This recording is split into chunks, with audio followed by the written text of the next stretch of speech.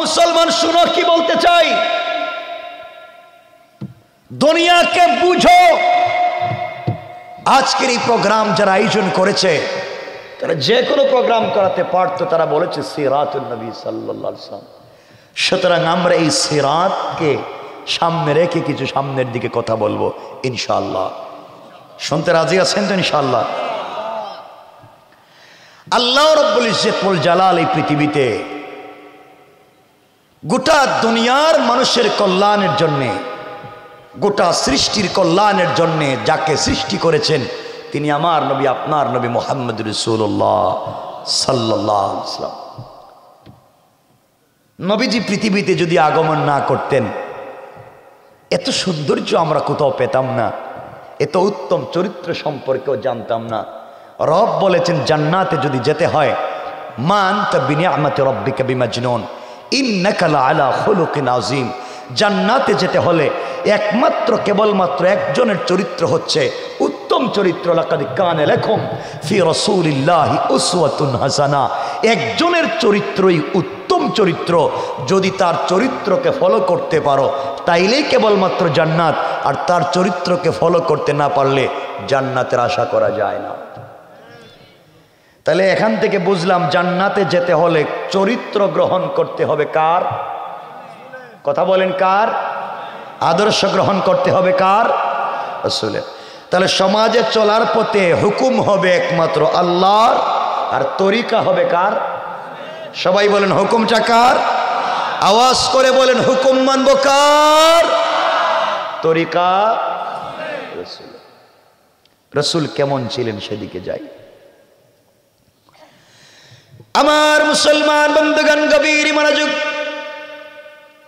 এই দুনিয়ার জমিনে আখিরি জামানার পয়গম্বর সরকারি কায়নাত দু জাহানের সরদার নবী রহমত জনাবে মুহাম্মদ রাসূলুল্লাহ সাল্লাল্লাহু আলাইহি ওয়াসাল্লাম যখন আমেনার গর্ভে চলে আসলেন, আমেনার গর্ভে আমার নবীজি শুধুমাত্র কেবলমাত্র আমেনার গর্ভে এসেছেন। হযরতে আমেনার গর্ভে যেদিন আমার নবী আগমন করলেন, ওই দিন থেকে হযরতে আমেনা বলেন আমার পুরা বডি থেকে যেন জান্নাতুল ফিরদাউসের মেশকে আম্বরের ঘ্রাণ বের হয়ে যায়। আব্দুল মুত্তালিব একদিন বাহিরে গেলেন, রাসূলের দাদা একদিন বাহিরে গিয়েছেন। শোনেন মানুষ কথা বলতেছে, আমেনার স্বামী আব্দুল্লাহ কিছুদিন হলো ইন্তেকাল করেছে। আরবের রেওয়াজ ছিল, প্রথা ছিল, কোন স্বামী মারা গেলে তার স্ত্রী কখনো পারফিউম ব্যবহার করতে পারবে না, সুগন্ধি ব্যবহার করতে পারবে না। মানুষ বলতে লেগেছে আব্দুল মুত্তালিব তোমার ছেলের বউ আমেনা পারফিউম নিয়ে ঘর থেকে বের হয়, সুগন্ধি শরীরে লাগিয়ে ঘর থেকে বের হয়ে যায়, এটা তো আমাদের আদর্শের সঙ্গে মিলে না, আমাদের চরিত্রের সঙ্গে যায় না, এটা কেন করে? আব্দুল মুত্তালিব বাসায় আসলেন, নিজের স্ত্রীকে ডাক দিয়া বললেন শোনো, আমেনাকে ডাক দিয়ে আমার কাছে নিয়ে আসো। আমেনার কাছে আমি জানতে চাই আমার ছেলে মারা যাওয়ার পরে সে কোন শরীরে সুগন্ধি লাগিয়ে বাহিরে যায়? আব্দুল মুত্তালিবের স্ত্রী বলতে লাগলেন স্বামী আমার, আমিও কয়েকদিন থেকে আপনাকে বলবো বলবো বলতেছি কিন্তু বলতে পারি না। আমি যখন দেখি আমেনা গোসল করবার জন্য রুমে ঢুকে যায়, গোসল করে যখন বের হয়ে যায়, আমি তখন গোসল করতে ভিতরে ঢুকে যাই, ভিতরে গিয়ে দেখি পানি এবং পুরা বাথরুম ওয়াশরুমের প্রত্যেকটা জায়গায় কে যেন জান্নাতি মেশকে আম্বর লাগিয়ে দিয়েছে। আমিও তো জানতে চাই, আমিও শুনতে চাই, তা কোথা থেকে পেলে? এটা তা আরব এবং আজম কোন জায়গার সুগন্ধি না। হযরতে আমেনাকে ডেকে আনা হলো। আমেনাকে কাছে বসিয়ে আব্দুল মুত্তালিব বললেন, বলো তো, বলো, তোমার কাছ থেকে জানতে চাই তুমি সুগন্ধি কোথায় পেলে? হযরতে আমেনা চোখের পানি ছেড়ে ডাক দিয়া বলছেন, বাবা, কসম সৃষ্টিকর্তার, আমি আমার শরীরে সুগন্ধি লাগাই নাই, আমি আমার শরীরে কোনো আতর, সেন্ট, পারফিউম ইউজ করি নাই। যেই দিন থেকে মনে হয়েছে আমার পেটে সন্তান এসেছে, ওই দিন থেকে অটোমেটিক বুঝতে পারি আমার বডি থেকে মেশকে আম্বরের ঘ্রাণ বের হয়ে যায়। আল্লাহু আকবার বলেন। আব্বাজান শুধু তা না, আমি পানি আনার জন্য কূপে যাই, কূপ থেকে আমি পানি নিয়ে আসি খাওয়ার জন্যে। আমার সন্তান আমার পেটে আসার পরে আমি যখন পানি আনবার জন্য কূপের কাছে যাই, দড়ি লাগানো বালতি যখন কূপের নিচে ফেলে দিয়ে টান দিয়ে পানি আনবার চেষ্টা করি, কিন্তু সন্তান পেটে আসবার পরে কূপের কাছে যাওয়ার পরে আব্বাজান কেমনে কেমনে ওই বালতি নিজের থেকে কূপের ভিতর থেকে পানি এনে আমার সামনে হাজির হয়ে যায়। আওয়াজ হয়, পানির ভিতর থেকে আওয়াজ আসে, ও আমেনা, সরকারি কায়নাত, দু জাহানের সরদার হাবিবুল্লাহকে পেটে নিয়ে এত কষ্ট করে কূপের কাছে এসে পানি নেওয়ার প্রয়োজন ছিল না, পানির প্রয়োজন পড়েছে, আমাদেরকে জানাতে পারতে, বলতে পারতে, আমরাই আমাদের পক্ষ থেকে বাড়ি পর্যন্ত পৌঁছে দিতাম। সুবহানাল্লাহ, জোরে পড়েন।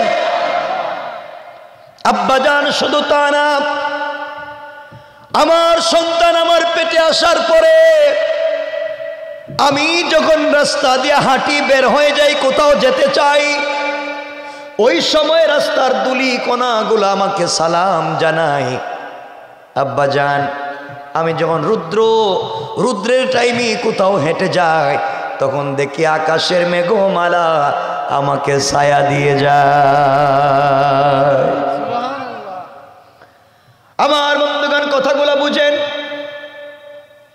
হযরতে আমেনা বলছেন, আব্বাজান, শুধু এই কথা না, আরো আছে।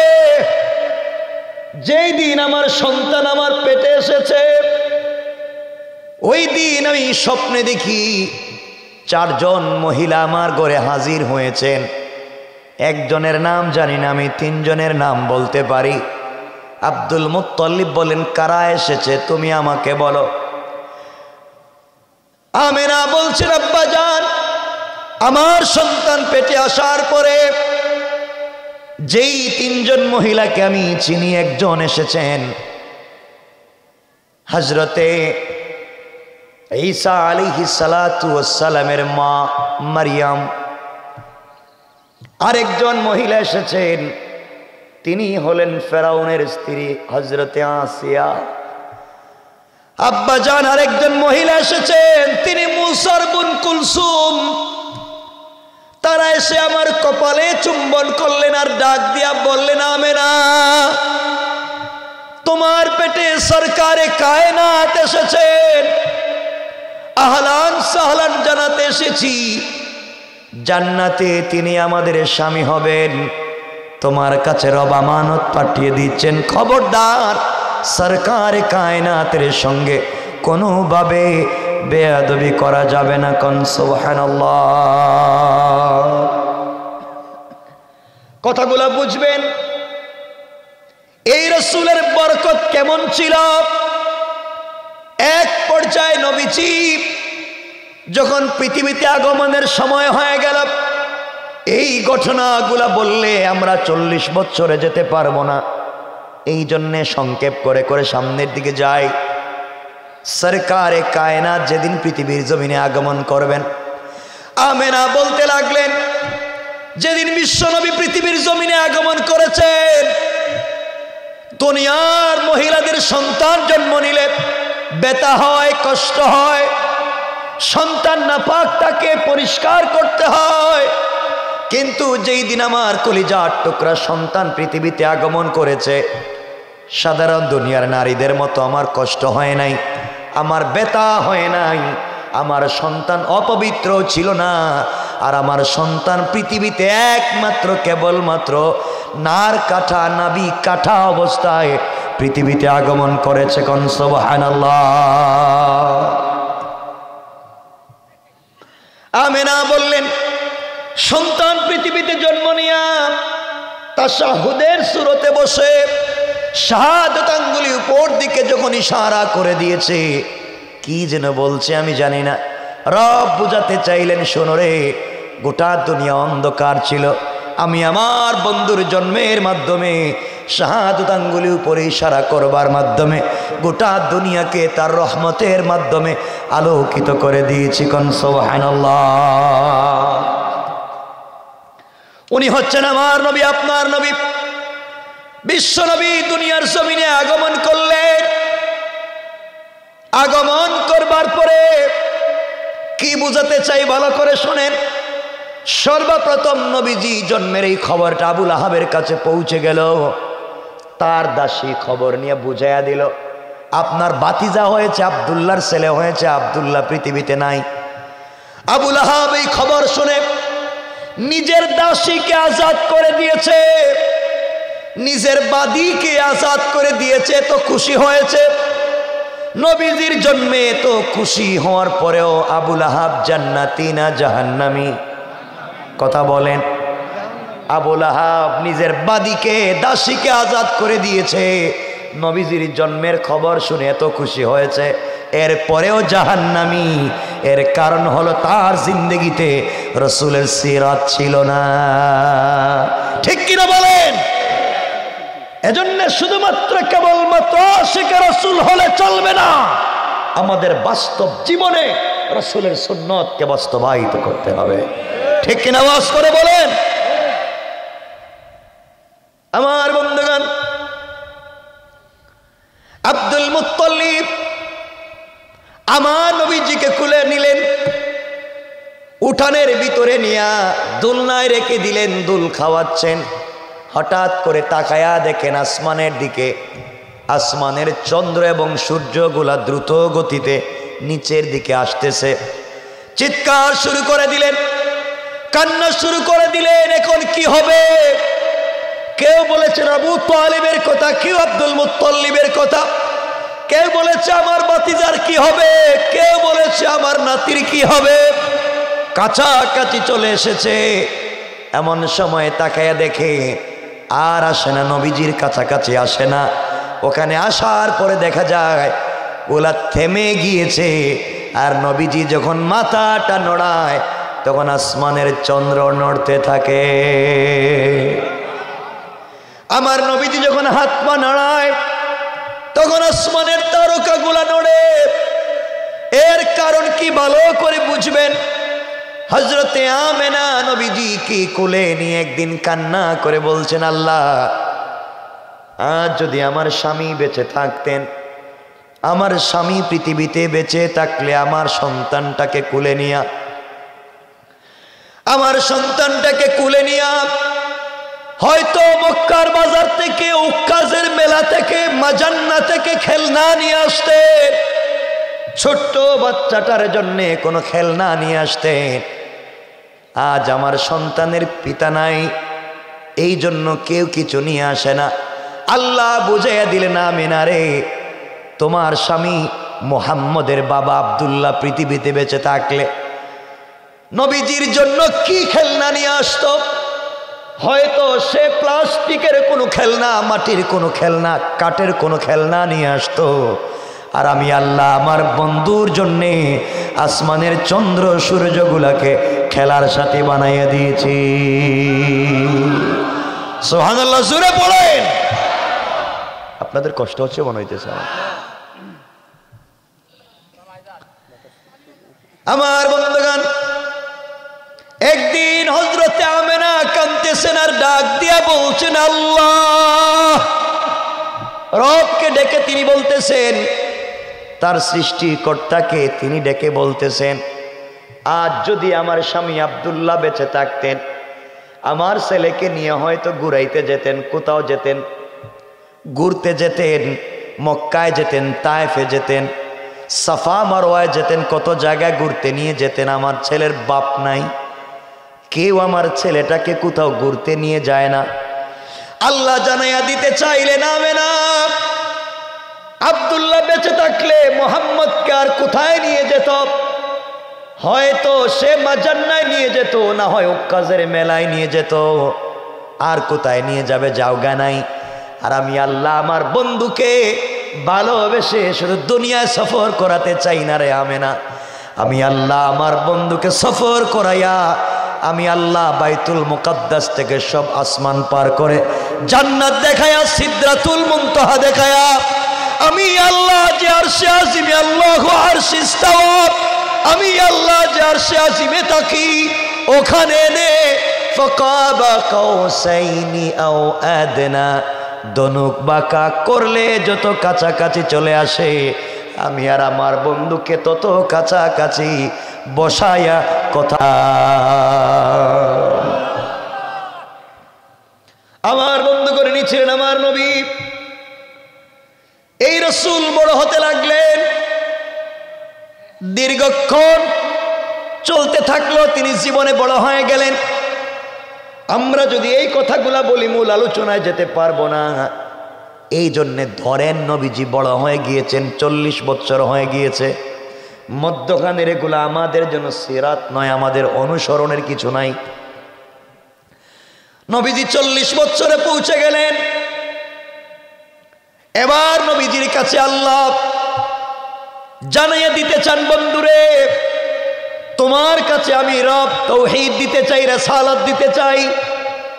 নবীজির কাছে আল্লাহ দায়িত্ব পাঠাইয়া দিতে চায়। আমার বন্ধুগণ, নবীজিকে দাওয়াতের জন্য আল্লাহ তৈরি করতে লাগলেন। দাওয়াত দিতে গেলে কম পক্ষে 2টা জিনিস লাগে। 1 নাম্বার হলো কিছু ক্ষমতা লাগে, কিছু পাওয়ার লাগে। ক্ষমতা ছাড়া সব জায়গায় দাওয়াত দেওয়া যাবে? বলেন। নবীজির তো ক্ষমতা নাই। 2 নাম্বার, দাওয়াত দিতে গেলে পয়সা লাগে। দূর দূরান্ত পর্যন্ত দাওয়াতে যেতে হলে টাকা খরচ হবে।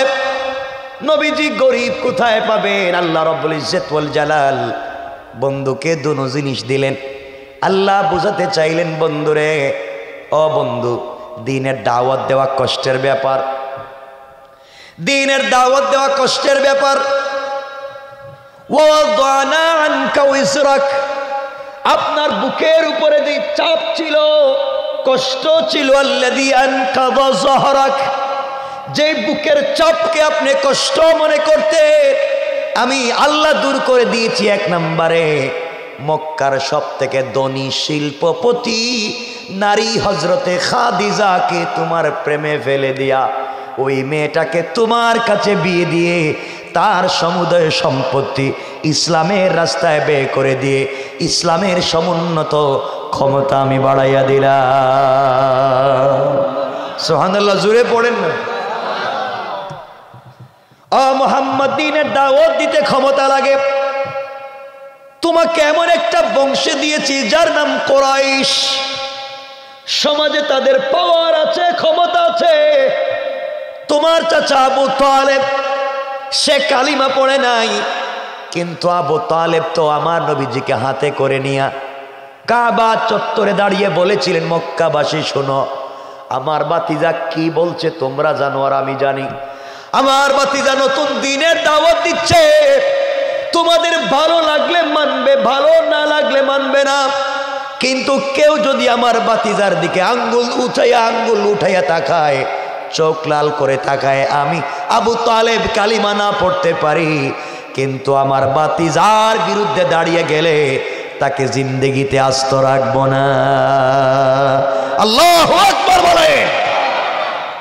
নবীজি 2টা জিনিস পাইলেন। আমি মূল বিষয় যেটা বুঝাতে চাইবো, হয়তো আপনারা বুঝতে পারবেন। তাই দ্বীনের দাওয়াত দিতে যে 2টা জিনিস লাগে, দুটোটা এখন রাসূলের কথা বলেন নাকি? সবাই বলেন, আর একটু জোরে বলেন। আপনাদের মনে কষ্ট হইতেছে? আচ্ছা, আছে, মনে রাখবেন। এবার রাসূল দ্বীনের দাওয়াত দিবেন, রব তৈরি করে দিলে এবার রাসূলের কাছে ওহী আসা শুরু হচ্ছে। কথাগুলো বুঝবেন, যেহেতু সিরাত কি বুঝাতে চায়। আমার নবীজি নবুয়ত লাভের আগেও আল্লাহকে ডাকতেন, ধ্যান করতেন, গারে হেরায় বসে বসে ধ্যান করতেন।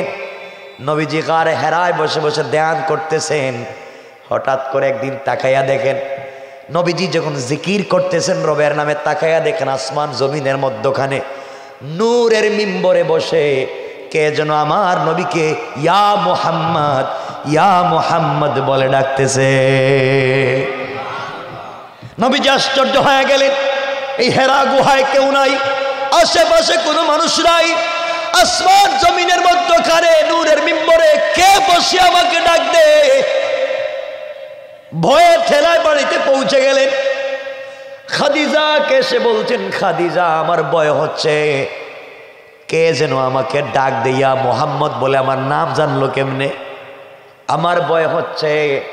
হযরতে খাদিজা সাধারণ কোনো নারী ছিলেন না, জ্ঞানীও ছিলেন, চালাক এবং সচেতন ছিলেন। তিনি ডাক দিয়ে বললেন, স্বামীরে, আপনাকে দেখে, আপনাকে পরীক্ষা করে, আমানতদারি বুঝে আপনার 21 অথবা 25 বছর বয়সে আমি 45 বছরের একজন বৃদ্ধা আপনাকে বিয়ে করেছি। আপনাকে আমি 40 বছর এখন আপনার হয়ে গিয়েছে। আমি 21 থেকে আপনাকে 19 অথবা 25 থেকে আপনাকে দেখতেছি, এই 15 বছর আপনাকে ভালো করে আমি চিনি। আমার মন বলছে কোনো জিন্নাত এবং শয়তান আপনাকে ধোঁকা দিতে পারে না, নিশ্চয় আল্লাহর কোনো রহমতের ফেরেশতা হবে। আর যদি আপনাকে এভাবে ডাক দে, আপনি বলবেন প্রতিদিন ডাকো কেন, কিছু বলার থাকলে বলে দাও। আল্লাহু আকবার।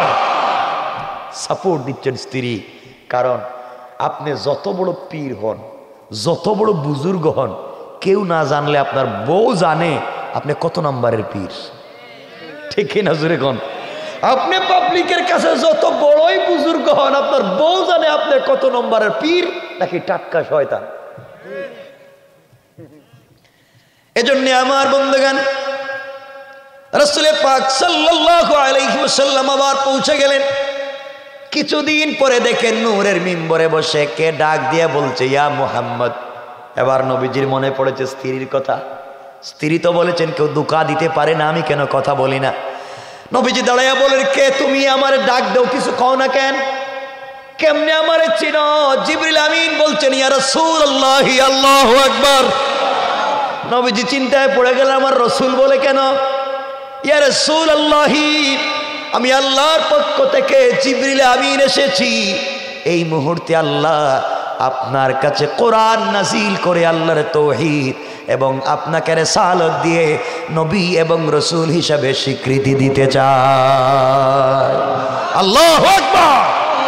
আপনাকে সমাজের দায়িত্ব নিতে হবে, গোটা দুনিয়ার মানুষের চরিত্রের পরিবর্তন করতে হবে, জাহালত দূর করে দিতে হবে, শয়তানি বদমাইশি হামলা সব দূর করে দিয়ে আল্লাহর জমিনে আল্লাহর দ্বীন কায়েমের দায়িত্ব নেওয়া লাগবে, ঠিক কিনা বলেন?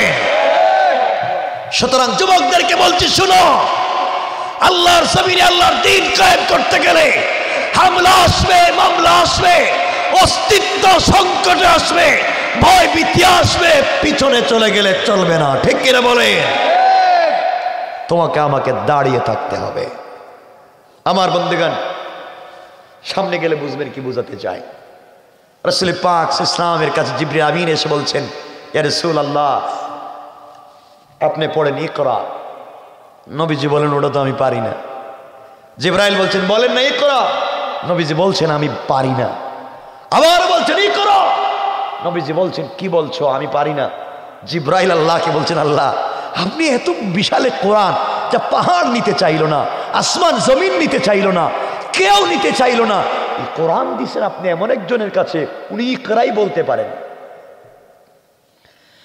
রব ডাক দিয়ে বলেছেন, জিবরাইল, যাকে আমার জমিনে প্রতিনিধি বানাতে চাই, যাকে আমার পরে সমাজের দায়িত্ব দিতে চাই, তাকে এভাবে আমি কষ্ট দিতে চাই না, কিতাবের মুখাপেক্ষী রাখতে চাই না। জিবরাইল, তোমার বুকটা আমার রসুলের বুকের সঙ্গে লাগাইয়া দাও, সিনাটা সিনার সঙ্গে লাগাইয়া দাও, আর আমি আল্লাহর নিজ জিম্মাদারিতে 30 পারা কোরআন তার সিনায় নাজিল করার দায়িত্ব নিয়ে নিলাম। এজন্য ইলম সিনা দের সিনা, ইলম এক সিনা থেকে আরেক সিনায় যায়। আমার বন্ধুগণ, কথাগুলা বুঝেন। এবার আমার নবীজি রিসালাত এবং নবুয়ত নিয়ে বাড়িতে ফিরলেন। সংক্ষেপ করে করে বলে যাই তাহলে বুঝবেন। নবীজির কাছে বাড়িতে পৌঁছে গেলেন, জ্বর উঠে গিয়েছে। জিব্রাইলের সঙ্গে প্রথম ধাক্কা, কারণ জিব্রাইলের সঙ্গে প্রথম ধাক্কা লেগেছে, জ্বর উঠে গিয়েছে। সমাজে দেখবেন ভালো মানুষের চেহারা দেখলে কিছু মাস্তানও কালো হয়ে যায়। বাংলাদেশে কিছু নতুন মাস্তানের আবির্ভাব হয়েছে, তারা আল্লাহর নাম নিলেই তাদের খারাপ লাগে, তাকবীর শুনলে তাদের খারাপ লাগে, ইসলামী আন্দোলনের কর্মী দেখলে তাদের জঙ্গি সন্ত্রাসী বলতে মন চায়। ঠিক কিনা বলেন? মনে রাখবেন, এই জমিন আল্লাহর, এই জমিনে শুধুমাত্র কেবলমাত্র হুকুম চলবে আল্লাহর। যাদের কাছে তাকবীরের আওয়াজ শুনলে খারাপ লাগে, শরীরে চুলকায়, মনে রাখবেন এরা হলো এই জামানার আবু লাহাব আর আবু জাহাল। কোন ঠিক কিনা? আমার মুসলমান বন্ধুগণ, ঘরে আসবার পরে যখন কাঁপতেছেন, জ্বর উঠে গিয়েছে, হযরতে খাদিজা বলছেন, স্বামী কি হলো? নবীজি বলছেন না, কিছু হয় নাই। খাদিজা বলছেন, আপনি আমার কাছে কিছুই গোপন করবেন না, আপনাকে খুব ভালো করে আমি চিনি, আপনি সহজ সরল মানুষ। কেন আপনার জ্বর উঠেছে? ভয় পাইছেন কিনা? কোথাও কিছু হয়েছে কিনা আমাকে বলেন। নবীজি চিন্তা করলেন, আমি যদি বলি আমি নবী এবং রাসূল, আর আমার স্ত্রী যদি আমার কথা বিশ্বাস না করে, এর চাইতে লজ্জার আর কিছু হতে পারে না যে বউ আমার কথা শুনে না। এই জন্য নবীজি বলতে চায় না, কারণ আপনার কথা বউ কেমনে শুনবে? আপনার কথা সারা দুনিয়ার মানুষ শুনলেও বউ শুনবে না। এর অর্থ বউ জানে আপনি কত নম্বরের বাটপার। কথা কোন না কেন? আল্লাহ রাসূল চিন্তা করলেন, আমি এখন স্ত্রীর কাছে যদি বলি আর স্ত্রী যদি বিশ্বাস না করে, লজ্জার বড় হয়ে যাবে। হযরতে খাদিজা চেপে ধরলেন, বলা লাগবে। এবার নবীজি বলছেন, খাদিজা, ওই যে নূরের মিম্বরে বসিয়া মুহাম্মদ বলে ডাক দিয়ে আজ তিনি পরিচয় দিলেন তিনি জিবরাইল, আর আমার কাছে কোরআন নাজিল করে নবুয়ত এবং রিসালাত দিয়ে আল্লাহ আজ থেকে আমাকে নবী এবং রাসূল বানিয়ে পাঠিয়ে দিয়েছেন।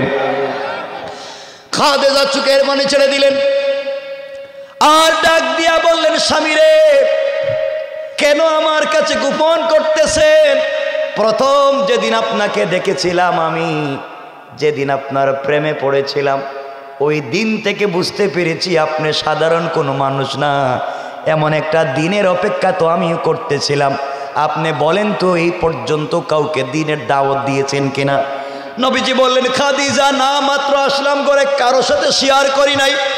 হযরতে খাদিজা বললেন, দেরি করতে চাই না, কে বলেছে জানতে চাই না, আপনি হাত বাড়াইয়া দেন, হাত লম্বা করে দেন, আর পৃথিবীর জমিনে প্রথম মুসলমান আমাকে বানাইয়া ধন্য করে দেন। সুবহানাল্লাহ, এটা জোরে বলেন না সুবহান।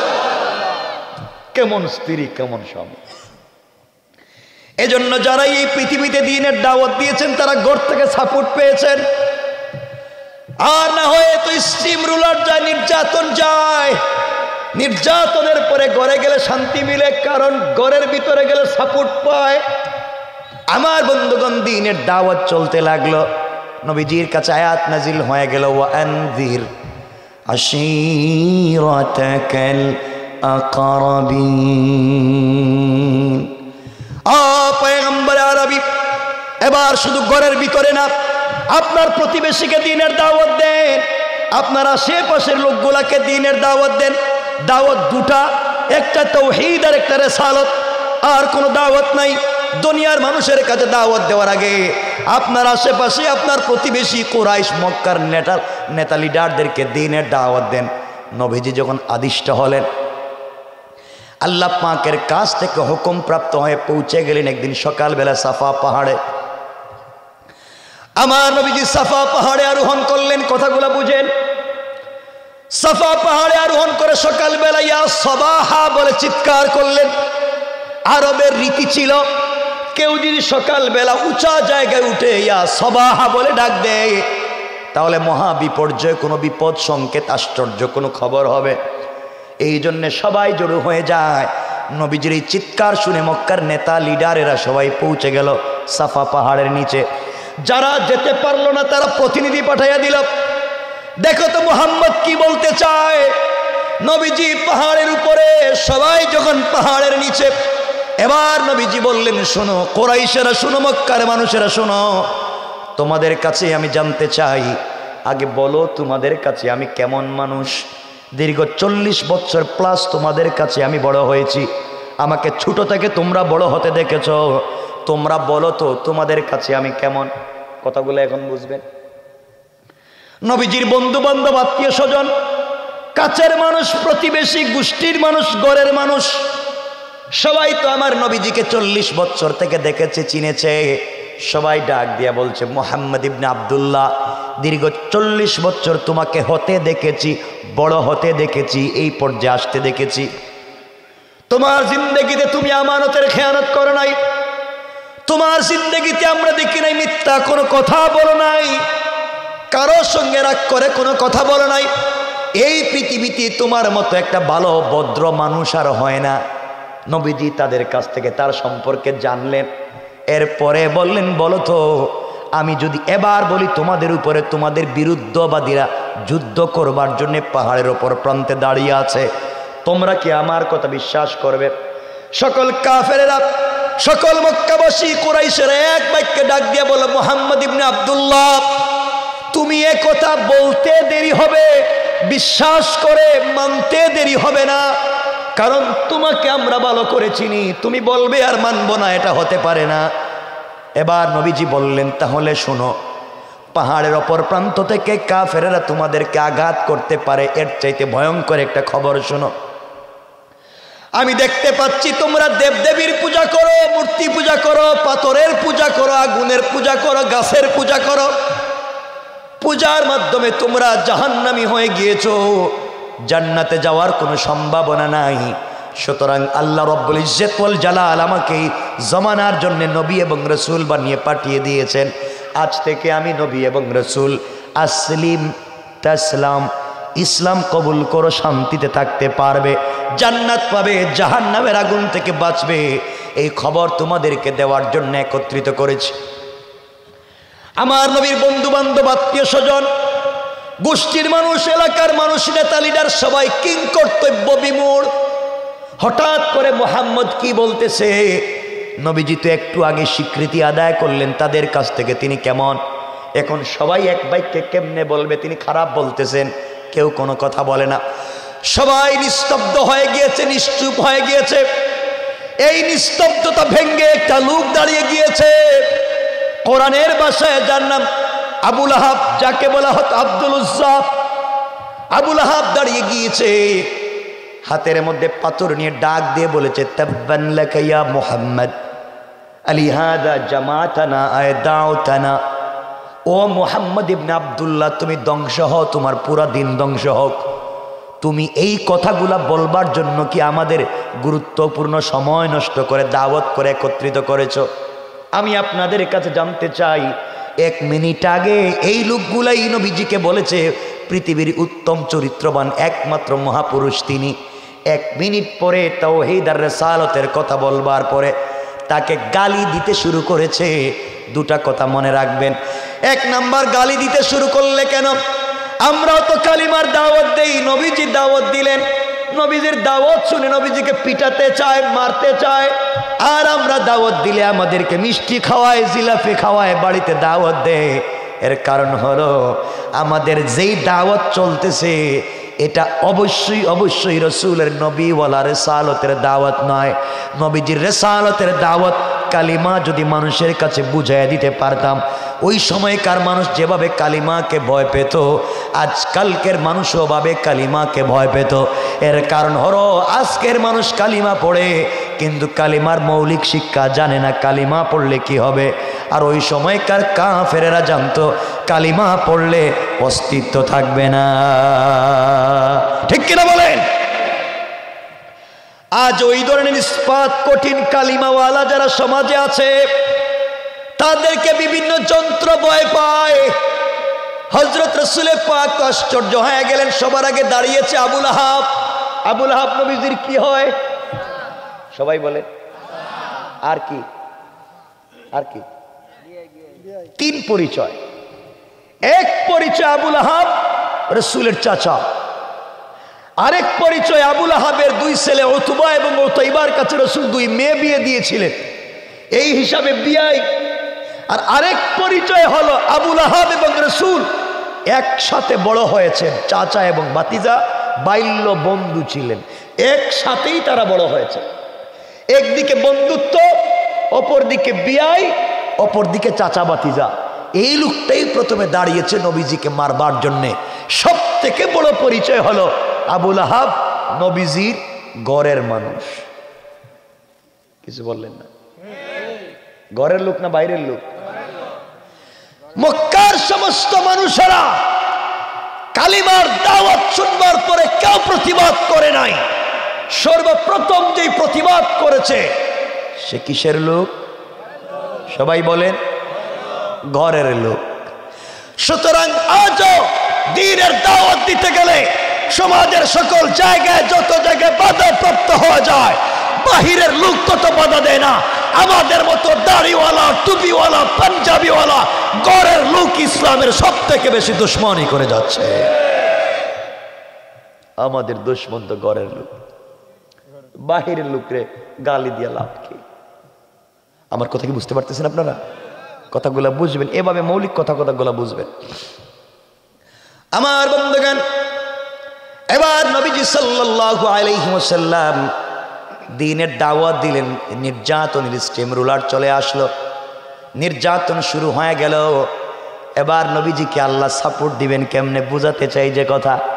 দ্বীনের দাওয়াত তো শক্ত বডিতে দেওয়া শুরু করেছো, এখন নির্যাতন আসবে, অবরোধ আসবে, প্রতিরোধ আসবে, তোমাকে প্রতিহত করা লাগবে। কেমনে ধৈর্য ধরা লাগবে জানার দরকার আছে। এই জায়গায় আয়াত নাজিল হতে লাগলো। আমার নবীজিকে আবুল আহাব গালি দিল, গালি দিয়ে বলছে মুহাম্মদ তুমিও পাগল, তোমার আল্লাহ পাগল। নাউজুবিল্লাহ বলেন। নবীজি চোখের পানি ছেড়ে আল্লাহকে ডাক দিয়া বলেছেন, আল্লাহ তাআলা আবুল আহাব আমাকে গালি দিয়েছে, আমার যায় আসে না। আমাকে পাগল বলেছে, আমার যায় আসে না। আমাকে মারবার হুমকি দিয়েছে, আমার যায় আসে না। কিন্তু আল্লাহ তোমাকে গালি দিয়েছে, আমার সহ্য হয় না। তোমাকে গালি দিয়েছে, আমার বরদাস্ত হয় না। আওয়াজ হলো, আওয়াজ আসলো, ও পয়গম্বর আরবি, ও হাবিবুল্লাহ, তোমাকে আমি হাবিব বানিয়েছি, খলিল বানাই নাই। তোমাকে হাবিব বানিয়েছি। আমি আল্লাহ ঘোষণা করে দিলাম, কেউ যদি আমাকে গালি দেয় মাফ, কেউ যদি আমার কোরআনকে গালি দেয় মাফ, কেউ যদি আমার ঘরকে গালি দেয় মাফ, কেউ যদি আমি আল্লাহর অস্তিত্বকে বিশ্বাস করে না মাফ। কিন্তু যারা আমার বন্ধু, যার কারণে ইসলামী আন্দোলন সমাজে প্রতিষ্ঠা করতে চায়, সেই ইসলামী আন্দোলনের নেতা হাবিবুল্লাহকে যারা গালি দিবে, আমি আল্লাহ এক সেকেন্ডের জন্য তাদেরকে মাফ দিতে পারি না। আল্লাহু আকবার বলেন। রব বলেছেন আমাকে গালি দিলে মাফ করে দিতে পারি, যারা কোরআনের কাজ করে তাদের বিরুদ্ধে আচরণ করলে কোনো মাফ নাই। এবার আল্লাহ আয়াত নাজিল করে দিতে লাগলেন। কোরআনে কারীমের 30 নম্বর পারার যেই সূরা আপনারা ভালো করে জানেন, তাব্বাত ইয়াদা আবি লাহাব নাজিল হতে লাগলো। আমরা এখানে সচরাচর বুঝি আবু লাহাব নবীজিকে গালি দিয়েছে, আল্লাহ সত্য ভাষায় তাকে হস্ত ধ্বংস করেছেন, সম্পত্তি ধ্বংস করেছেন, তার সন্তান সবকিছু ধ্বংস করবার ওয়াদা দিয়েছেন। কিন্তু এই সূরার মধ্যখানে আল্লাহ একটা শব্দ যোগ করে দিলেন, ওয়ামরাআতুহু হাম্মালাতাল হাতাব। আল্লাহ একটা শব্দ যোগ করে দিলেন। শুধু আবু লাহাবকে নষ্ট করি নাই, আবু লাহাবের স্ত্রীরেও ধ্বংস করলাম। এখন কথা আসলো, আবু লাহাবের স্ত্রীকে ধ্বংস করবার কথা আল্লাহ বললেন কেন? হাম্মালাতুনের দুইটা তাফসীর।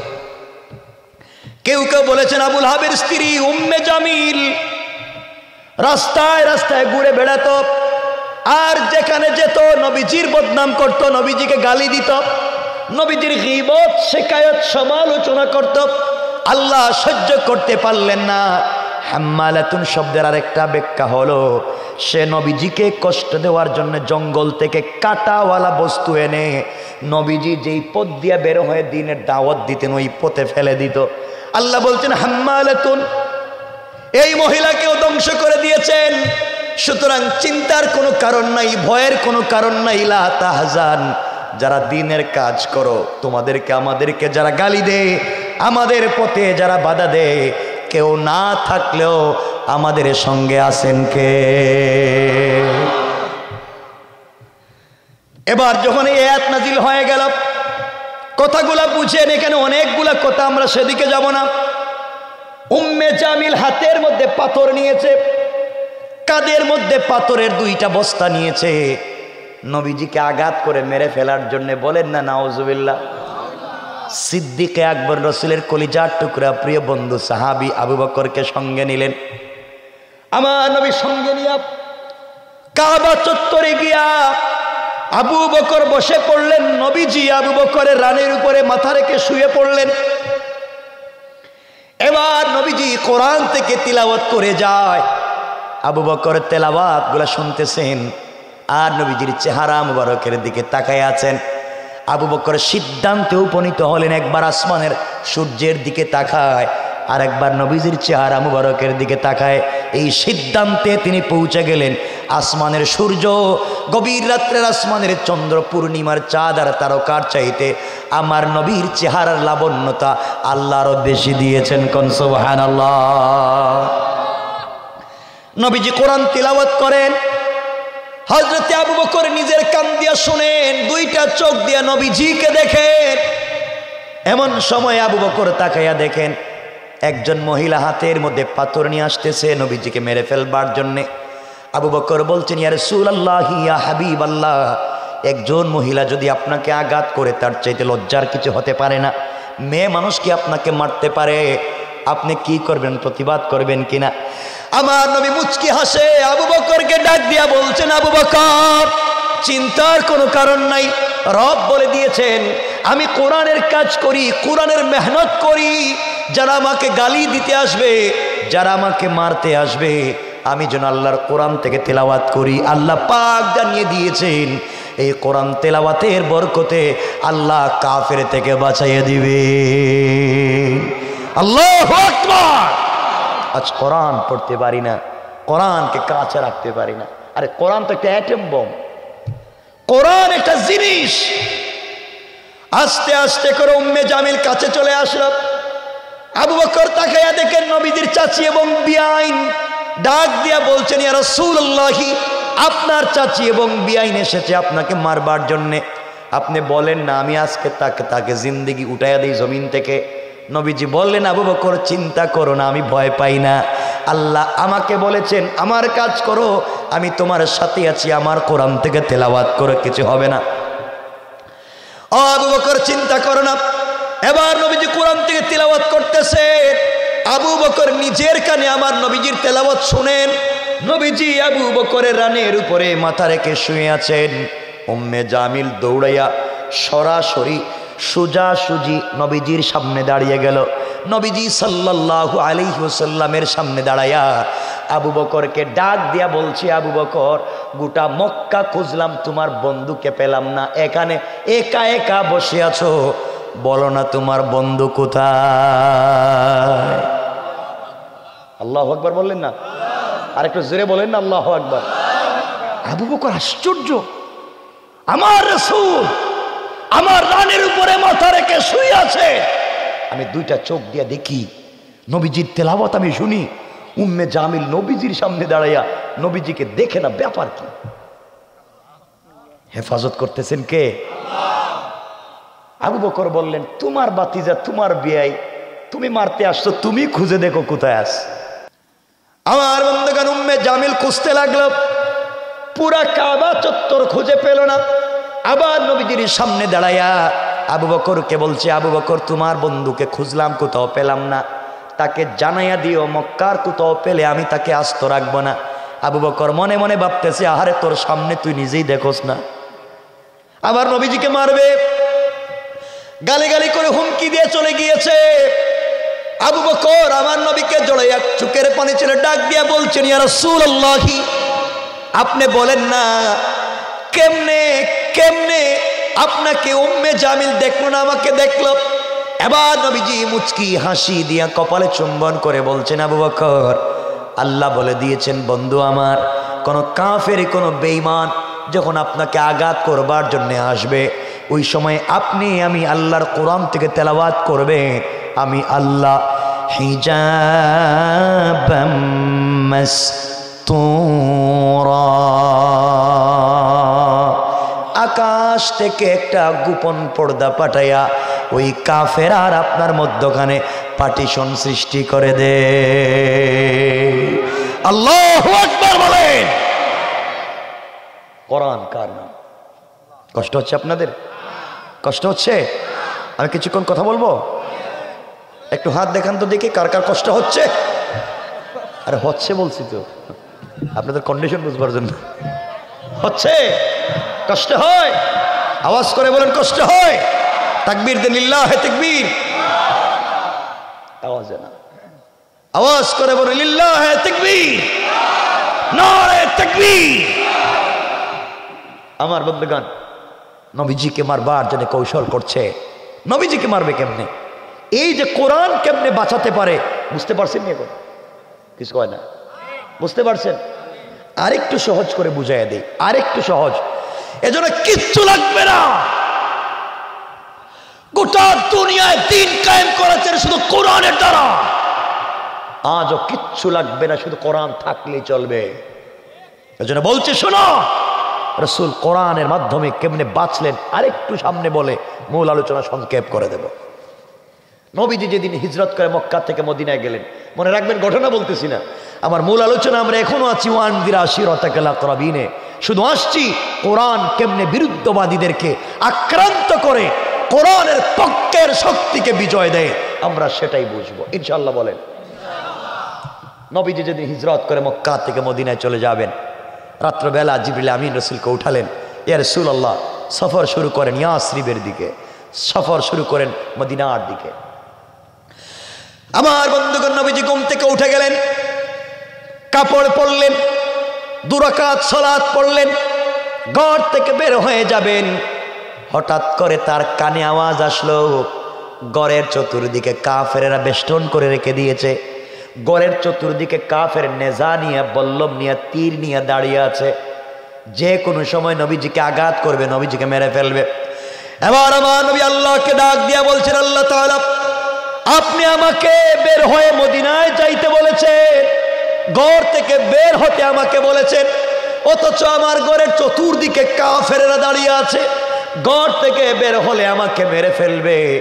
আল্লাহ কেমনে বললেন আমি ঘর থেকে বের হব? আল্লাহ জানাইয়া দিলেন, বন্ধুরে তুমি আমার হুকুম পালন করে কোরআন সঙ্গে নিয়ে বের হওয়ার দায়িত্ব তোমার, আর হেফাজতের জিম্মাদার স্বয়ং আমি আল্লাহ।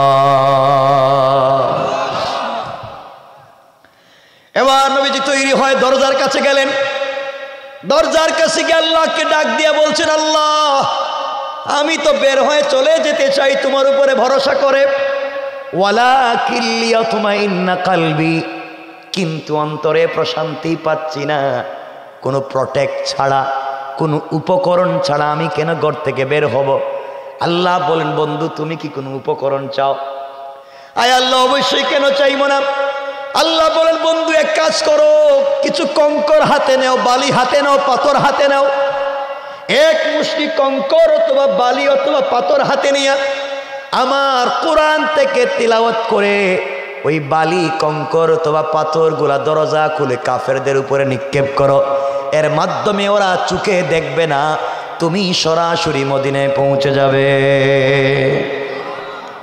নবীজি বলেন, আল্লাহ আপনি বলেন কি? কঙ্কর মারমো যেদিকে সেদিকেই তো যাবে, কাফের তো ঘরের চতুর্দিকে, ডাইনে বামে সামনে পিছে চতুর্দিকে কাফের, যে কোনো সময় আমাকে আক্রান্ত করতে পারে, আমি মারলে তো একদিকে যাবে, চতুর্দিকে কেমনে যাবে? আল্লাহ বলেন, বন্ধুরে কোরআন থেকে তেলাওয়াত করে কঙ্করগুলা নিক্ষেপ করার দায়িত্ব সামনের দিকে তোমার, আর চতুর্দিকের কাফেরদের চুকে চুকে পৌঁছে দেওয়ার জিম্মাদার আমি আল্লাহ। আল্লাহু আকবার। আল্লাহ বুঝাতে চান তোমার সর্বস্ব দিয়ে চেষ্টা করো, কিন্তু চেষ্টা করলে পিছনে মারতে পারবে না। তোমার দায়িত্ব হচ্ছে চেষ্টা করা, আর মঞ্জিলে মকসুদ পর্যন্ত পৌঁছে দেওয়ার জিম্মাদার আমি আল্লাহ। এবার নবীজি দরজা খুললেন, কঙ্কর হাতে নিলেন, সামনের দিকে নিক্ষেপ করলেন, চতুর্দিকের কাফেরদের চোখে পড়ে গেল। কাফেররা আমার নবীজিকে দেখলো না। নবীজি পৌঁছে গেলেন মদিনায়। একদিন আল্লাহ সুযোগ বুঝে আমার নবীজিকে ডাক দিয়ে বলছেন, বন্ধু এবার বলো না ওই দিন কেমনে বেঁচে গেলা, কেউ তোমাকে মারলো না, কেমনে বাঁচলা? তুমি তো শুধু সামনের দিকে পাথর মারলা, পিছনে ডাইনে বামের কাফেররা তোমাকে মারলো না, দেখলো না, ব্যাপার কি? নবীজি বলছেন, আল্লাহ তাআলা আমি জানি না, আপনি বলেন। এবার আবার আল্লাহ বলতে লাগলেন, বন্ধুরে আপনি কোরআনের জন্য কষ্ট করতেছেন, কোরআনের হুকুম কায়েম করবার আন্দোলন করতেছেন, আপনাকে বাঁচাবার দায়িত্ব আমার। আপনি যখন আমার কোরআন থেকে তেলাওয়াত করে ঘর থেকে বের হয়েছেন, আমার উপরে ভরসা করেছেন, বন্ধু আপনি জানেন না কেমনে বাঁচাইয়া দিলাম আমি। আল্লাহ রাব্বুল ইজ্জত ওয়াল জালাল বললেন, ওয়ামা রামাইতা ইযা রামাইতা ওয়ালাকিন্নাল্লাহ রামা। আল্লাহ রাব্বুল ইজ্জত ওয়াল জালাল জানায়া দিলেন, বন্ধুরে তুমি যখন পাথরগুলো নিক্ষেপ করতে গিয়েছো আমার উপরে ভরসা করে কোরআন সঙ্গে নিয়া, তুমি মনে করেছো এটা তোমার হাত। না না, তোমার হাত থাকে নাই, ওটা আমি আল্লাহর কুদরতের হাত হয়ে গিয়েছে। আর আমি আল্লাহ আমার হাত দিয়া কাফেরদের চুকে চুকে পৌঁছে দিয়েছে। কোন সুবহানাল্লাহ, আল্লাহু আকবার বলেন। বাঁচাইয়া দিয়েছেন কে? আরো জোরে আওয়াজ করে বলেন কে? আল্লাহ আছেন, বলেন আছেন। আজও আমাদেরকে বাঁচাইয়া দিবেন। শর্ত একটাই, একটাই শর্ত। রাসূল পাককে আল্লাহ বলেছেন, মা তাকুমুর রাসূলু ফাখুযুহু ওয়া মা নাহাকুম আনহু ফান্তাহু। আমার রাসূল যা নিয়ে এসেছেন তা তোমরা আঁকড়ে ধরো, রাসূল যা ছাড়তে বলেছেন তা চিরতরে ছেড়ে দাও। কথা বুঝতে পেরেছেন? আমার বন্ধুগণ, নবীজি দ্বীনের দাওয়াত দিচ্ছেন মক্কায়। টাকা আছে না নাই? কিছু কয় না কেন? টাকা পাইলেন কোথায়? হ্যাঁ, আল্লাহ বলছেন, ওয়াদানা আনকা উইসরাক, আপনার বুকের মধ্যে বোঝা ছিল, বোঝা, তিনটা বোঝা। একটা বোঝা হচ্ছে কোরআন মুখস্থ করার বোঝা, এটা হালকা করে দিয়েছি চাপ দিয়া। আরেকটা বোঝা ছিল দ্বীনের দাওয়াত দিতে টাকা লাগবে, খাদিজাকে বিয়ে করাইয়া সব সম্পত্তি আনাইয়া দ্বীনের রাস্তা বিয়ে করাইয়া দিছি, বোঝা হালকা করেছি। আল্লাযী আনকাদা যাহরাক, যে বোঝার জন্য তুমি কষ্ট পেতে। আরেকটা বোঝা ছিল দ্বীনের দাওয়াত দিতে পাওয়ার লাগে। আমি আবু তালেবের দিলকে তো নরম করে দিয়েছি তোমার প্রতি, ইসলাম কবুল করে নাই, কিন্তু কাবা চত্বরে ঘোষণা করেছে আমার ভাতিজাকে আঘাত করলে পাল্টা আঘাত বড় নির্মম হবে। ঠিক কিনা বলেন? রাসূলুল্লাহ এবার দাওয়াত দেন। এবার নবীজি দাওয়াত দিচ্ছেন। কার মাইন্ড কখন আল্লাহ চেঞ্জ করে দেন। নবীজি দাওয়াত দিচ্ছেন, দিতে দিতে দিতে দিতে এখন অনেকগুলো দাওয়াত হচ্ছে। এই দাওয়াতগুলো পৃথিবীর জমিনে প্রথম লিল্লাহে তাকবীর, নারায়ে তাকবীরের মিছিল হয়েছিল কোথায় জানেন? কোথায়? মক্কায়, কাবা চত্বরে নারায়ে তাকবীরের ধ্বনি মিছিল হয়েছিল। এই মিছিলের নেতৃত্বে ছিলেন হযরতে ওমর। সুবহানাল্লাহ বললেন না? ওমর তো এসেছিলেন রাসূলকে মেরে ফেলবার জন্য, আমরা সেদিকে যাচ্ছি না। এবার নবীজি দ্বীনের দাওয়াত দিচ্ছেন, দিতে দিতে এমন একটা বৎসর চলে আসলো, নবীজির চাচা মারা গেলেন। কে মারা গেলেন বলেন না? দুঃখের বৎসর, ইয়াউমুল হাযান, রাসূলের দুঃখের বৎসর আছে, নবীজির চাচা নাই। এবার দ্বীনের দাওয়াত বাহিরে দিতে গেলে ক্ষমতার পরিবারের নাই। এর কিছুদিন এই বৎসরের ভিতরে মা খাদিজাতুল কুবরা ইন্তেকাল করলেন। নবীজি চিন্তা করলেন, আজকে আমার চাচাও নাই, দ্বীনের দাওয়াত নিয়ে বাহিরে গেলে কেউ আমাকে আঘাত করতে পারতো না, এখন বাহিরে কেমনে যাই? ঘরে আইসাও তো শান্তি নাই, ঘরে খাদিজা নাই। বাহিরে যদি মানুষ পিটায়ও, ঘরে আসলে যার কাছে আমি শান্তি পাই, যে আমাকে সাপোর্ট দেয়, যে আমাকে না রেখে ঘুমিয়ে যায় না, যে সারাদিন না খেয়ে আমার জন্য বসে থাকে। আজ আমার খাদিজা নাই, আজ আমার চাচা নাই, আমি মক্কায় কোথায় যাব? ঘরে আসলে কেউ নাই, বাপ নাই, মা নাই, ভাই নাই, বোন নাই, চাচাও নাই, স্ত্রীও নাই, কই যাব? নবীজি ইসলাম চিন্তা করলেন, মক্কায় আর আমি থাকতে পারবো না, এখন চলে যাই তায়েফে, নানার বাড়ি যাই। হয়তো নানার বাড়ির মানুষ বাইগনা হিসাবে আদর আপ্যায়ন করে না। কথা বলছেন না কেন? চলতে লাগলেন। দেখেন নবীজি কি কষ্টে পড়ছেন, কি কষ্টে পড়েছেন, কেউ নাই। নবীজি পৌঁছে গেলেন তায়েফে, ইচ্ছা করলেন ওখানকার মানুষ হয়তো তাকে ভালোবাসবে। আমার বন্ধুগণ, নবীজি পৌঁছে গেলেন তায়েফে। পৌঁছার পরে তায়েফের মানুষকে দাওয়াত দিলেন, আসলিম তাসলাম, ইসলাম কবুল করো, শান্তিতে থাকতে পারবা। এই মানুষগুলো দাওয়াত শুনবার পরে দাওয়াত তো গ্রহণ করলো না, উল্টা নবীজিকে নির্মমভাবে আঘাত করতে লাগলো, মারতে লাগলো। পাগল বলে বাচ্চাদেরকে দিয়ে ইট পাটকেল রসুলের শরীরে নিক্ষেপ করতে লাগলো। নবীজিকে রক্তাক্ত করে দিল। 3টা জায়গায় আমার রসুল দ্বীনের দাওয়াত দিতে অজ্ঞান হয়ে পড়ে গেলেন। যেই নবীজির শরীরে জান্নাতে 70 জন পুরুষের শক্তি আছে, কতটুকু নির্যাতন করলে এই নবীজি অজ্ঞান হয়ে পড়ে যান। 3টা জায়গা অজ্ঞান হয়ে গেলেন। রক্তাক্ত দেহ নিয়ে রাসূল পাক সাল্লাল্লাহু আলাইহি ওয়াসাল্লাম খাদেমকে সঙ্গে নিয়ে যখন চলে আসলেন, কোথায় যাবেন, কার কাছে যাবেন, কোথায় বসবেন, কোথায় যাবেন, শেষ পর্যন্ত চিন্তা করলেন ঘরে গেলে তো ঘরেও শান্তি নাই, মক্কায় কার কাছে যাব, কে আমাকে শান্তি দিবে? সিদ্ধান্ত নিলেন, তিনি চলে গেলেন উম্মে হানির ঘরে।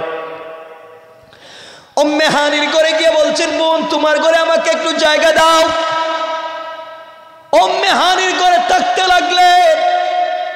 আপনারা ভালো করেই জানেন, মানুষ যখন একা হয়ে যায়, মানুষের দুঃখের কথাগুলা বেশি বেশি মনে পড়ে, ঠিক না?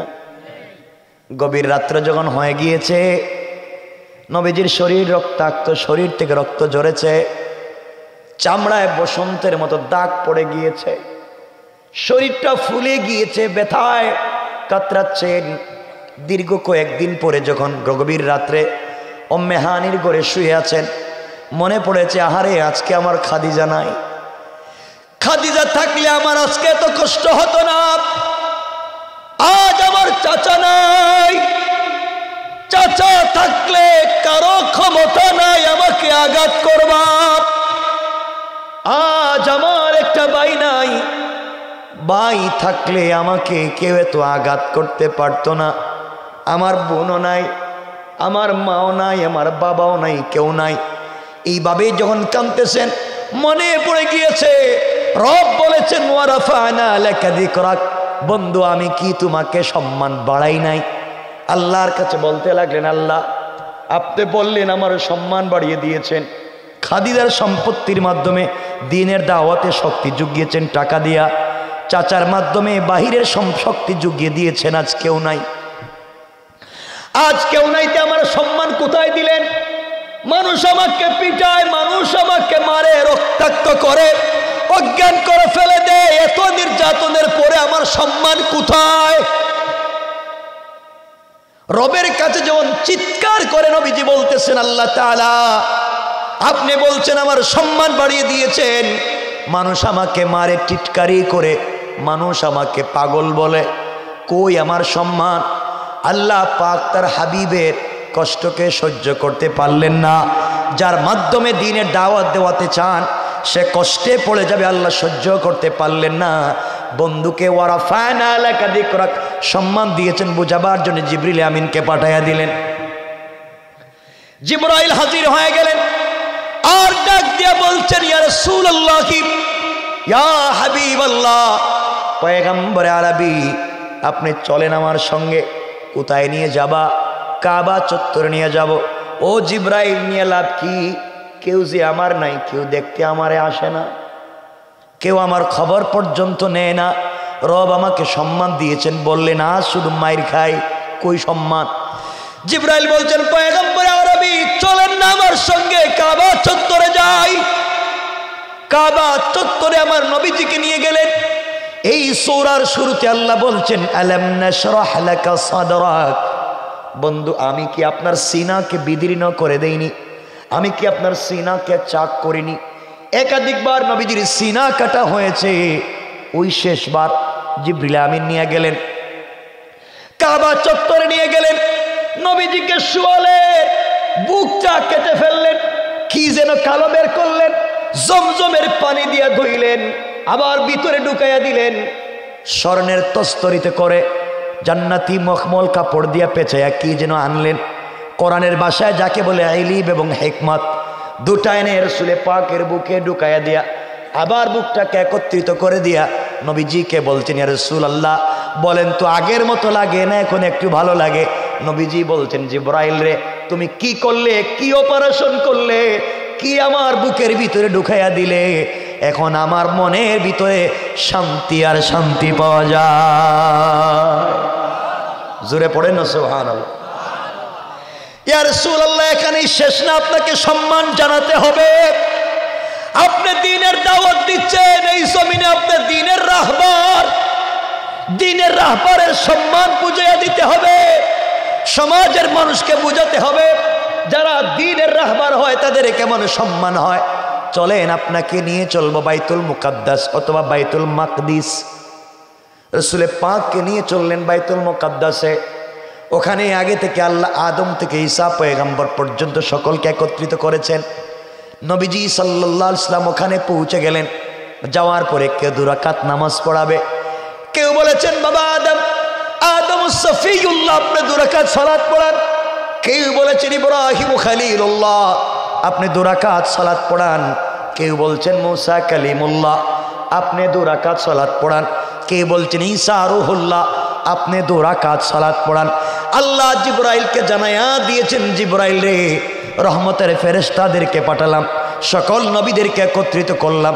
আমি আমার বন্ধুকে বলেছি ওয়ারাফানা লাকা যিকরাক, আমি কি সবার উপরে আপনার সম্মান দেইনি? নবীজি বুঝতেছেন না, আমার বন্ধুকে সম্মান বুঝাইয়া দিতে হবে। সুতরাং এই মুহূর্তে আদম থেকে ঈসা নবী পর্যন্ত সকলেই হবে মুসল্লি, আর একমাত্র ইমাম হবেন আমার নবী মুহাম্মদ রাসূলুল্লাহ। আল্লাহু আকবার বলেন। আপনাদের মনে কষ্ট হচ্ছে? রাত্র 12টা হয়ে গেছে, 12টার পরে তো লম্বা করবো না। কষ্ট হচ্ছে না?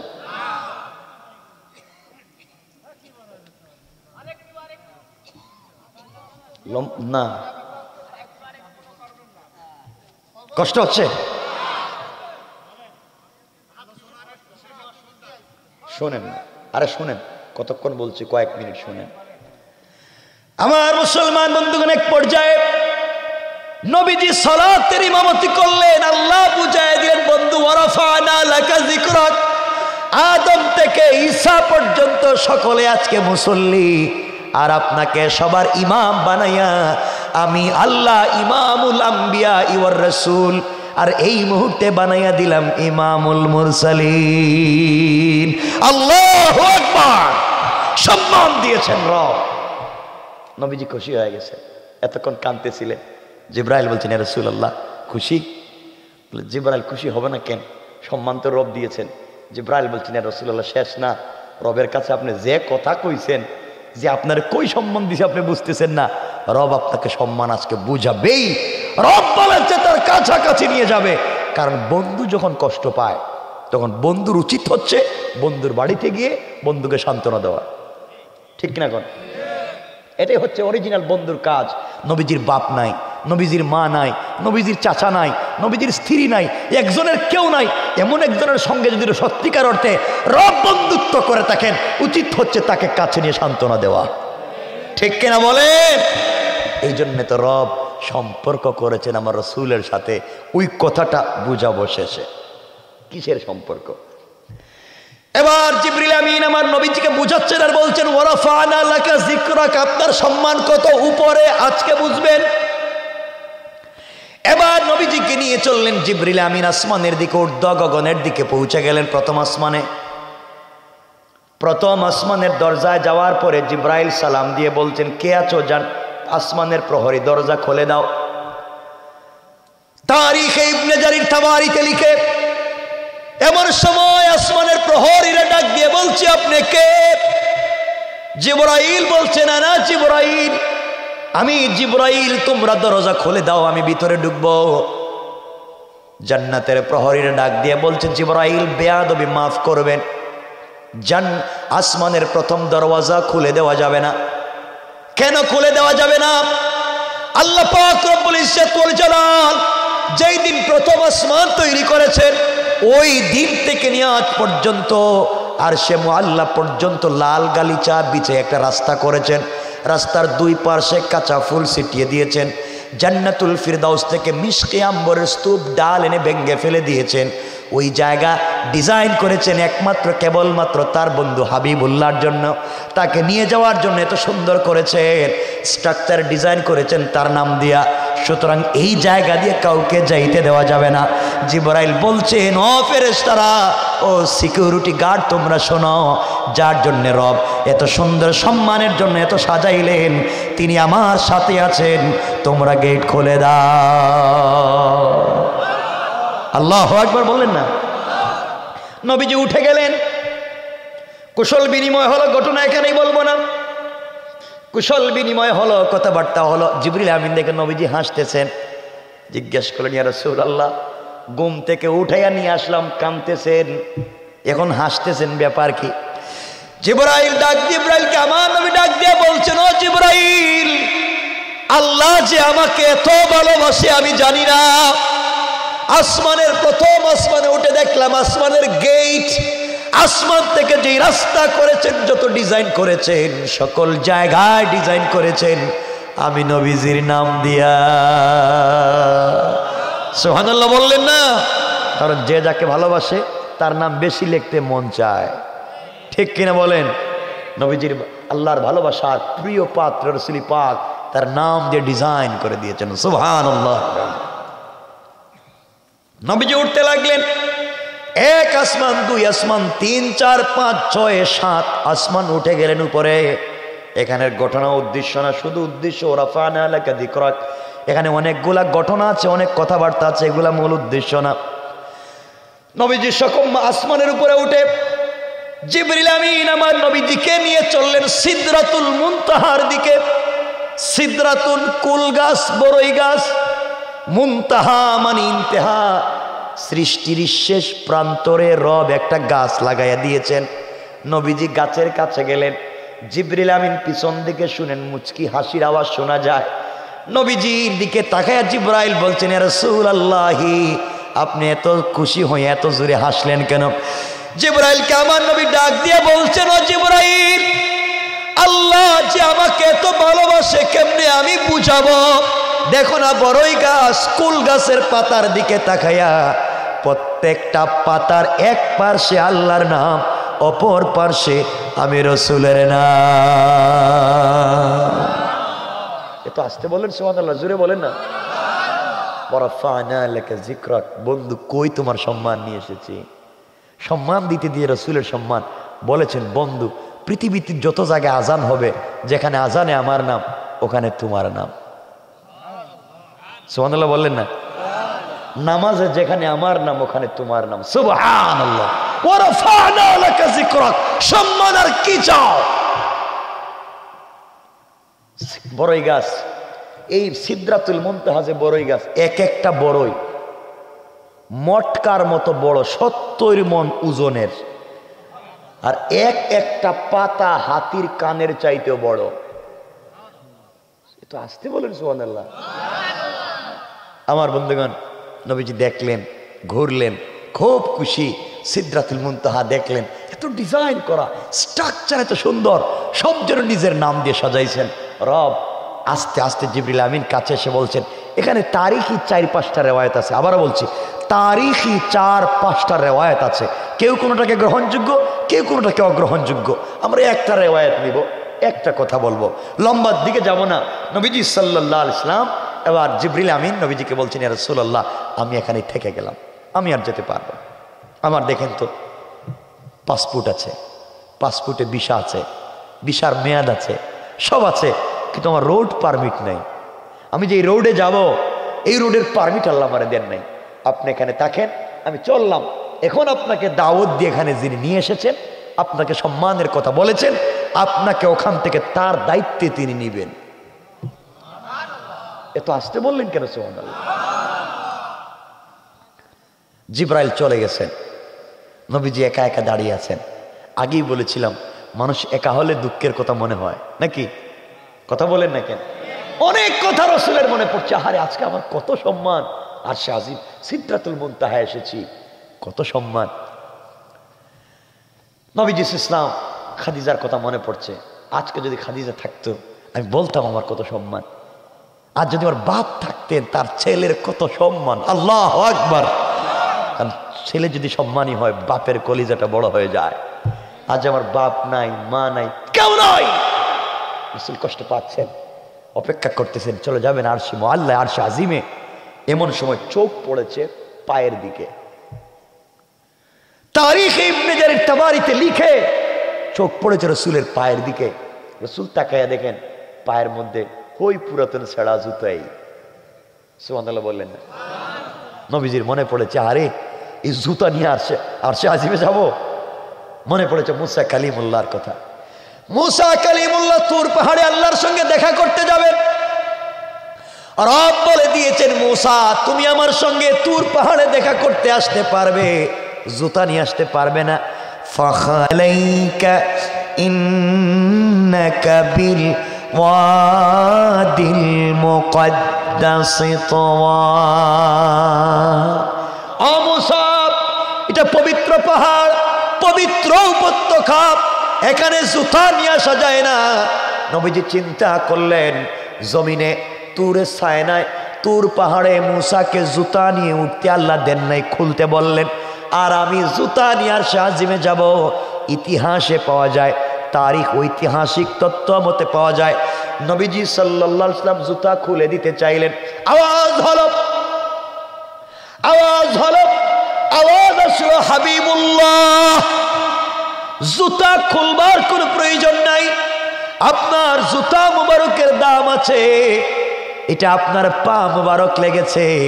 পয়গম্বরে আরবি, আপনার পায়ের দাম তো আমার সকল জান্নাতের চাইতো বেশি। পয়গম্বরে আরবি, আজকে দুনিয়ার জমিনে কোরআনের সঙ্গে যেই কাপড়টা লাগানো থাকে তারও দাম হয়ে যায়।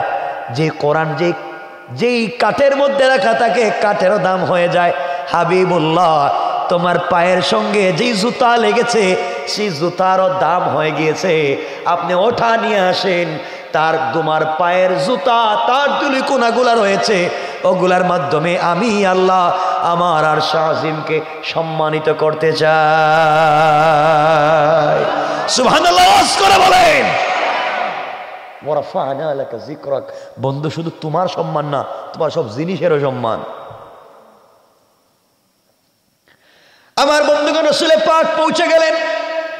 কোরআনে রব বলেছেন ফাকাবা কাউসাইনি আও আদনা। তিন ব্যাখ্যা দিয়েছেন মুফাসসির এই আয়াতের। আমরা একটা বলবো যে কাবা কাউসাইন, দনুক বাঁকা করলে যত কাছাকাছি আসে, নবীজি এবং আল্লাহ তত কাছাকাছি বসে কথা বলেছেন। শুধু একটা ব্যাখ্যা নিলাম, বাকিগুলার দরকার নাই। এবার নবীজি আরশে আজিমে আল্লাহর কাছে পৌঁছে গিয়েছেন। রবের ওখানে যাওয়ার পরে হাসতেছেন। আল্লাহ বলছেন, হাসো কেন বন্ধু? নবীজি বলছেন, আল্লাহ তাআলা হাসি ওই জন্যে, সব ঘোরাঘুরি করে আসলাম, ওখানে আসার পরে দেখি আপনি আরশে আজিমকে যা ডিজাইন করেছেন, যা সুন্দর করেছেন, সব করেছেন আমার নাম দিয়া। সুবহানাল্লাহ, জোরে পড়েন না সুবহান। কথাবার্তা হচ্ছে।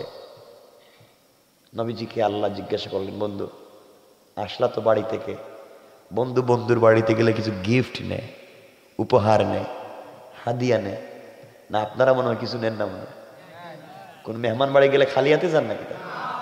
নবীজিকে আল্লাহ বলছেন, বন্ধু তুমি কি খালি হাতে আসছো?